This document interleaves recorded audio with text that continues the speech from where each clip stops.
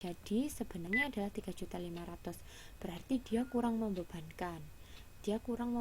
Sebesar 1.100.000. Berarti maksudnya adalah tarifnya terlalu rendah karena dia terbebankan kurang.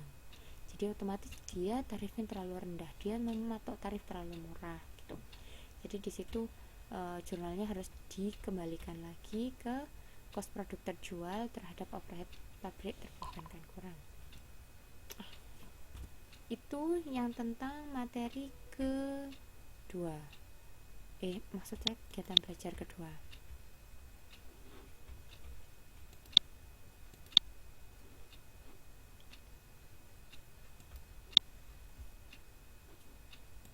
Oke, sampai sini apa ada pertanyaan? Sampai dengan materi modul kedua, apakah ada pertanyaan? Modul kedua, kegiatan belajar kedua maksud saya. Sampai sini apa ada pertanyaan? Saya rasa masih sangat mudah.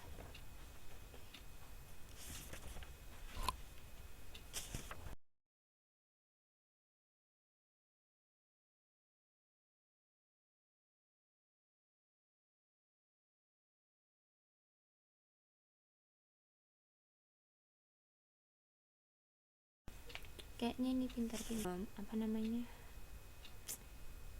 filenya besar gitu. Nah, karena filenya besar, jadi saya nggak bisa mengupload satu file bersama.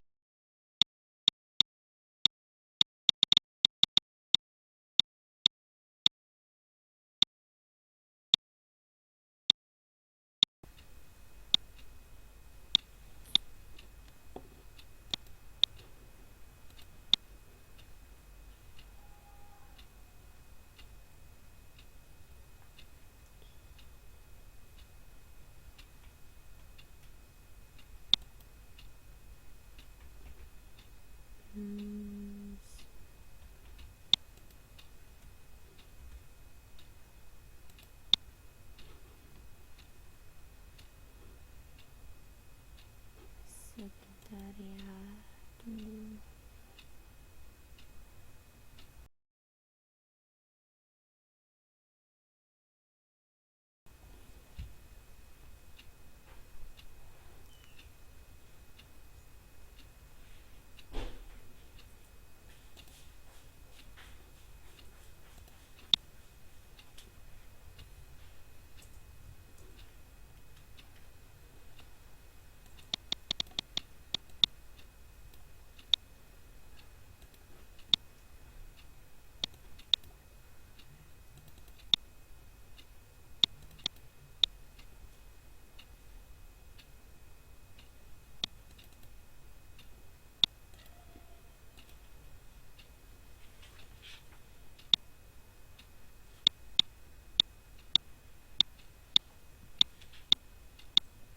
Oke, saya tanya dulu, apakah semuanya bisa lihat tentang PPT saya ini? Atau ternyata ada yang nggak bisa melihat gitu, maksudnya bisa kelihatan gitu. Kalau memang sudah bisa kelihatan, maka saya lanjutkan.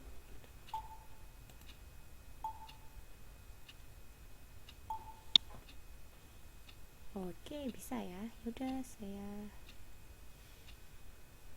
lanjutkan lagi. Oh, saya nggak bisa lihat. Tuh, aku nggak bisa lihat. Oke, wait. Aduh, salah.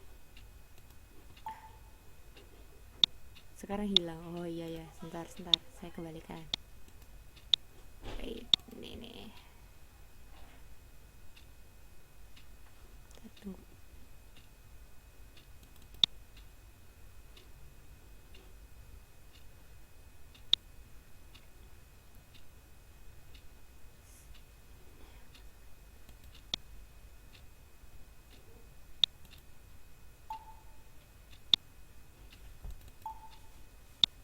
Oke,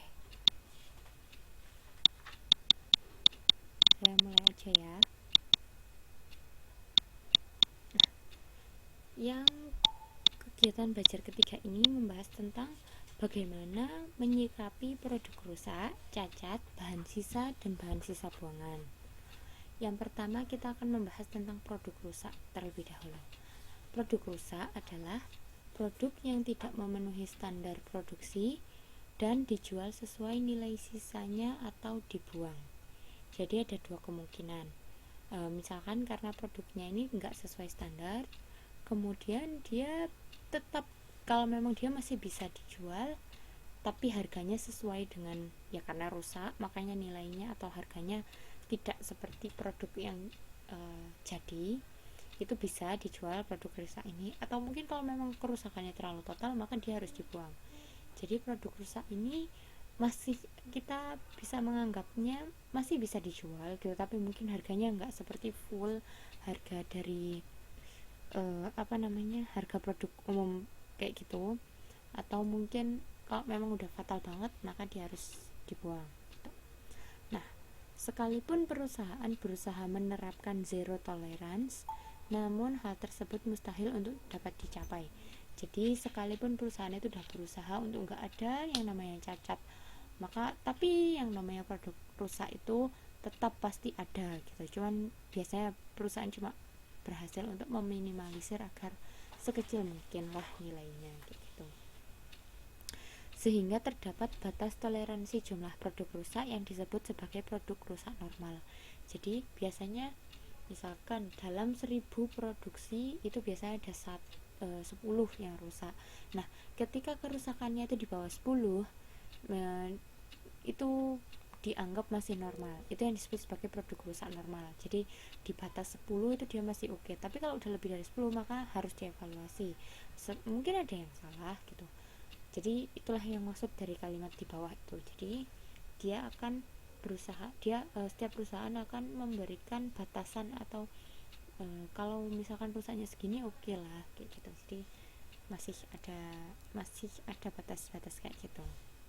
Tapi kalau jumlahnya udah lebih dari standar maka itu disebut sebagai produk rusak abnormal gitu.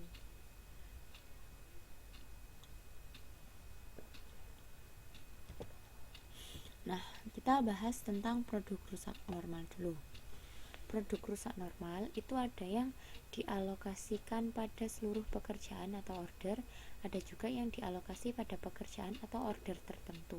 Jadi kayak misalkan produk rusaknya itu dianggapnya itu di bagian mana gitu, apakah di keseluruhan proses, keseluruhan order, ataukah dia itu dianggapnya hanya di order tertentu gitu. Jadi kalau misalkan dialokasi pada seluruh pekerjaan atau order, dibebankan pada overhead pabrik kendali.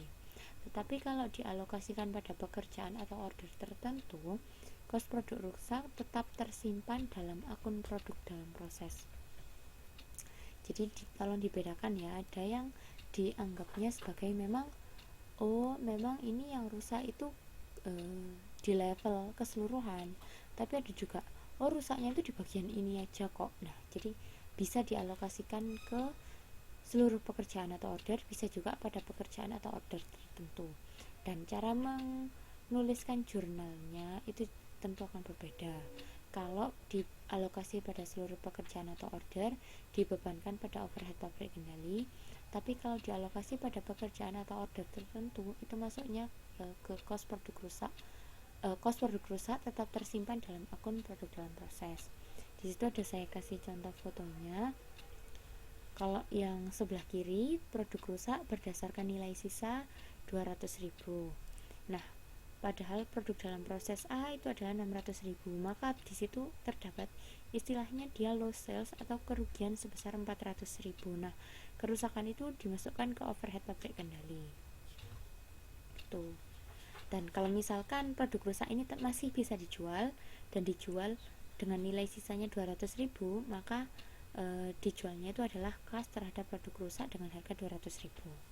Kalau yang sebelah kanan itu cara menjurnalkannya adalah produk rusak berdasarkan nilai sisanya 200.000 terhadap produk dalam proses A 200.000 kayak gitu. Jadi di sini nggak ada, dia tidak menganggap bahwa adanya kerugian. Kalau yang sebelah kiri kan ada, dia mengakui kalau aku rugi 400.000 gitu. Kemudian tapi itu tadi kan kalau case-nya masih normal, masih di bawah batas yang oke lah, di bawah batas toleransi. Tapi kalau abnormal